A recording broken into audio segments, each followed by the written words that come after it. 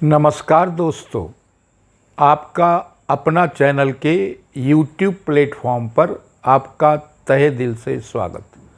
दोस्तों, देश की सबसे पुरानी पार्टी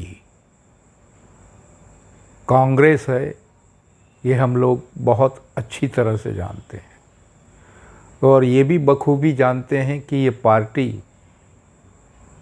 पिछले 70-75 सालों से चुनावी राजनीति में पूरी तरह से सक्रिय है।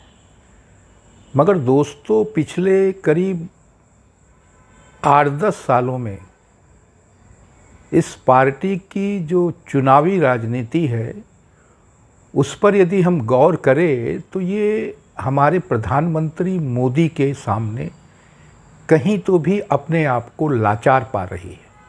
जी हाँ दोस्तों, क्योंकि मोदी जी की जो चुनाव प्रचार के तौर तरीके हैं, करिश्माई तौर तरीके हैं, उसको देखकर इस पार्टी का आत्मविश्वास मुझे लगता है कि पूरी तरह डगमगा गया है। अब मैं इसके कारण भी गिनवाता हूँ आपको, क्योंकि जब भी किसी भी चुनाव के नतीजे आने होते हैं उससे 1-2 दिन पहले कांग्रेस चुनाव आयोग को बदनाम करने के लिए कुछ न कुछ आरोप लगाती है। जी हाँ, आज कांग्रेस के वरिष्ठ नेता महासचिव रणदीप सिंह सुरजेवाला ने चुनाव आयोग पर ये आरोप लगाया कि कर्नाटक विधानसभा चुनाव में जो ईवीएम प्रयुक्त की गई वो सारी ईवीएम दक्षिण अफ्रीका के चुनाव में इस्तेमाल की गई थी और इसके लिए उन्होंने कहा कि ये जानकारी उन्हें विश्वसनीय सूत्रों से मिली है। अब साहब, ये आपको तो पता ही है, कल 13 मई है, कर्नाटक विधानसभा चुनाव के नतीजे का दिन है। अब आप कल्पना करिए कि नतीजे आने में महज कुछ घंटे ही रह गए हैं और उससे पहले कांग्रेस का इस तरह से चुनाव आयोग पर आरोप लगाना हमको क्या दर्शाता है? हमको यही दर्शाता है, हो न हो कांग्रेस कहीं तो भी भीतर से डरी हुई है। और ये डर तो और चौंकाता है। वो इसलिए चौंकाता है दोस्तों कि जैसे ही 10 मई को वोट पड़े, वोटिंग हुई, उसके बाद वोटिंग ख़त्म होने के बाद जो भी तमाम चैनलों पर, तमाम बड़े चैनलों पर जो एग्ज़िट पोल आए हैं उनमें से अधिकांश एग्ज़िट पोल में कांग्रेस को सबसे बड़ी पार्टी के रूप में दिखाया गया है, जबकि भारतीय जनता पार्टी को उससे कम सीटें दी जा रही है।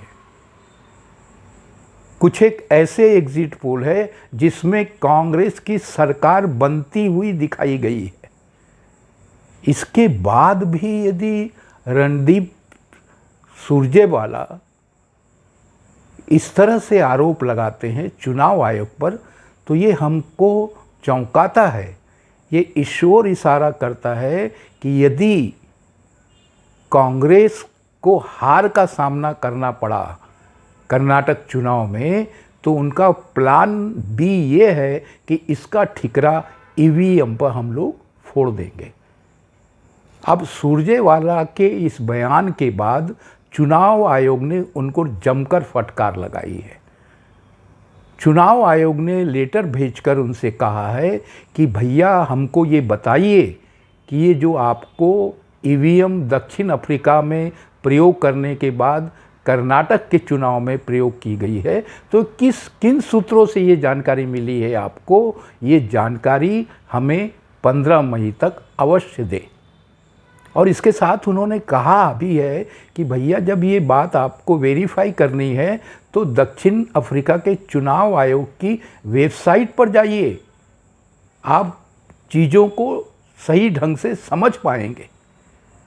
तो दोस्तों, ये एक बहुत ही गलत परंपरा हो गई है कांग्रेस की कहिए या अन्य विपक्षी पार्टियों की, वो जब से हमारे नरेंद्र मोदी जी केंद्र की राजनीति में आए हैं और उन्होंने 2014-2019 में पूर्ण बहुमत के साथ अपनी सरकार बनाई है, भारतीय जनता पार्टी की सरकार बनाई है, तब से कांग्रेस के साथ साथ अन्य दलों की बेचैनी हम देख रहे हैं। वो लगातार ईवीएम पर ठिकरा फोड़े जा रहे हैं, जबकि चुनाव आयोग ने साफ साफ कहा है कि हमारी जो ईवीएम है न तो कहीं बाहर से बनकर आती है, न तो कहीं बाहर किसी देश को दी जाती है चुनाव में प्रयोग करने के लिए, हम अपने ही देश में इसका प्रयोग करते हैं।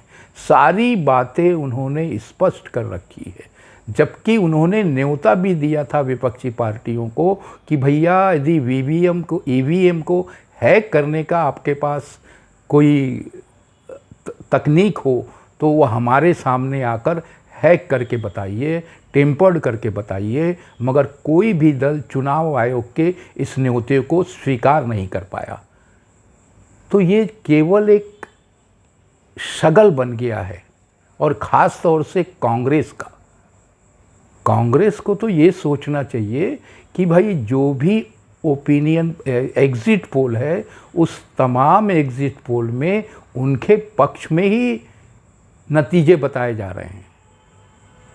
मगर भैया इनको तो पता है कि पिछली बार 2018 के चुनाव में भी कुछ ऐसा ही नज़ारा था एग्ज़िट पोल का, तो उनके मन में एक डर, एक आशंका बैठी हुई है, और उसी आशंका का नतीजा है रणदीप सिंह सुरजेवाला का आज का बयान।